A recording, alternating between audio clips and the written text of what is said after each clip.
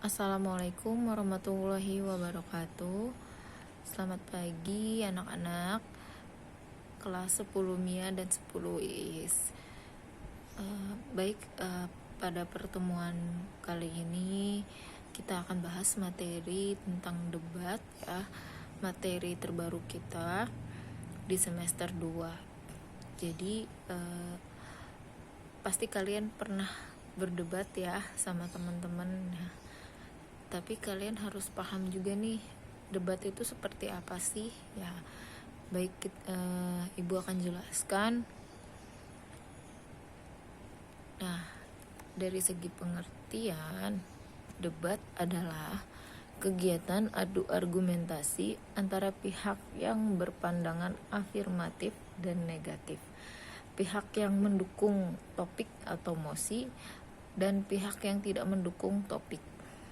Dengan adanya debat akan meningkatkan kemampuan merespon suatu masalah dengan cepat dan tepat melalui sikap dan cara berpikir kritis terhadap suatu topik. Itulah pengertian dari debat ya. Lalu ketujuan. Nah, dengan kalian berdebat, tujuannya itu adalah untuk menyampaikan dan mempertahankan argumen. Lalu argumen yang berkualitas disampaikan harus berdasarkan sesuai dengan fakta, bukti, dan pola pikir yang logis. Jadi pendapat yang kalian sampaikan itu harus sesuai dengan fakta ya. Terus ada buktinya dan pola pikir yang sangat logis, yang nyambung gitu loh dengan mosi yang disampaikan. Jangan sampai keluar dari topik pembahasan gitu ya. Lalu manfaatnya. Nah, dengan kalian berdebat, manfaatnya itu adalah dapat melatih keberanian mengungkapkan pendapat ya. Lalu menambah wawasan, melatih berpikir kritis, logis, dan tangkas. Membantu kita menjadi orang yang lebih peka dan responsif. Lalu memperluas sudut pandang dan juga dapat memperoleh solusi alternatif yang bervariasi dalam menyikapi sebuah permasalahan. Ya, jadi tentunya ketika kalian berdebat pasti ada manfaatnya ya. Nah, itulah tadi yang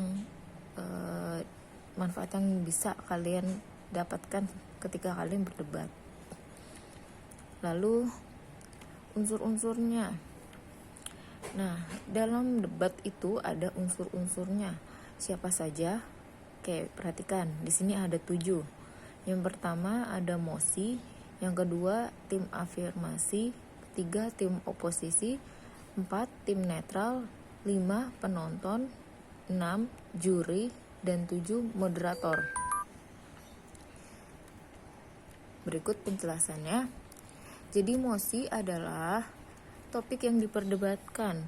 Adanya mosi sangat penting karena dalam sebuah debat ada pihak yang setuju dan ada pihak yang tidak setuju, yaitu pihak pro dan kontra. Nah, salah satu contohnya kita bisa lihat di contoh A ya. Ini contoh mosinya. Ujian nasional tidak dapat dijadikan tolak ukur kemampuan siswa.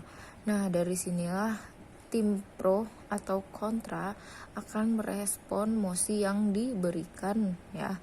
Jadi menurut si tim pro, ujian nasional ini layak nggak sih dijadikan tolak ukur kemampuan siswa ya. Kalau tim pro itu kan berarti mendukung, berarti dia mendukung mosi yang diberikan. Tapi kalau kontra, dia akan menyanggah mosi yang diberikan. Itu contohnya. Lalu tim afirmasi, tim yang setuju terhadap mosi yang diperdebatkan. Nah, ini yang disebut dengan tim pro ya. Lalu yang ketiga tim oposisi. Nah, tim ini adalah tim yang tidak setuju atau menentang mosi yang diberikan. Biasanya tim ini akan menyanggah pernyataan dari pihak afirmasi atau pihak pro ya. Lalu tim netral, di sini pihak ini tidak boleh mendukung siapapun, dia tidak boleh menaruh dukungan siapapun dan tidak boleh condong ke salah satu pihak. Jadi pihak ini boleh mendukung secara adil gitu maksudnya. Jadi tidak boleh memihak ke salah satu tim ya. Nah ini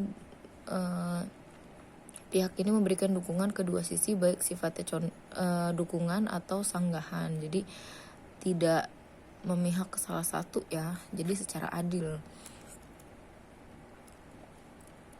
Penonton, nah di sini orang yang mengikuti jalannya debat, dia tidak boleh berkomentar apapun, dia hanya menonton saja ya.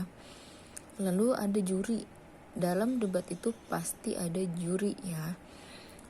Nah, umumnya sih juri itu berjumlah 3 orang ya. Nah, juri ini adalah orang yang menentukan atau memutuskan kalah atau menang dalam sebuah debat ya.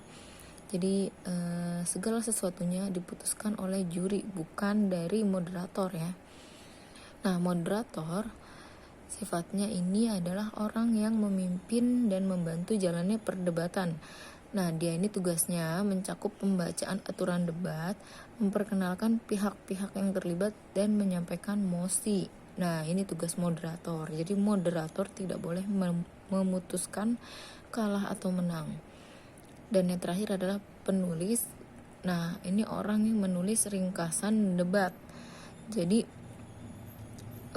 pihak penulis ini dia akan menulis secara ringkas jalannya perdebatan, dan dia akan menyimpulkannya nanti setelah perdebatan selesai. Nah, kita bahas ke ciri-ciri. Ciri-cirinya itu ada 6 ya. Nah, di sini kita bisa lihat memiliki 2 sudut pandang, yaitu afirmatif ya, dan tim negatif yang tidak setuju ya. Lalu adanya proses saling mempertahankan pendapat. Jadi antara tim pro dan kontra harus bisa mempertahankan pendapat mereka masing-masing ya. Lalu adanya saling mengadu argumentasi dengan tujuan memperoleh kemenangan. Nah, di sini tujuan debat itu bukan untuk berantem ya atau bertengkar. Jadi di sini untuk mengadu argumentasi ya. Jadi intinya di sini siapa yang menang sih nanti ketika beradu argumentasi ya. Tujuannya untuk positif, bukan yang negatif ya. Nah, lalu hasil debat diperoleh melalui voting dan keputusan juri. Lalu terdapat sesi tanya jawab yang sifatnya terbatas. Nah, tujuannya di sini adalah untuk menjatuhkan pihak lawan ya. Nah, kenapa terbatas? Di sini ada timekeeper-nya yang mengatur waktunya. Jadi tidak semena-mena ketika kalian menyanggah pendapat lawan ya. Lalu adanya pihak yang berperan sebagai penengah yang dilakukan oleh si moderator. Nah, ketika si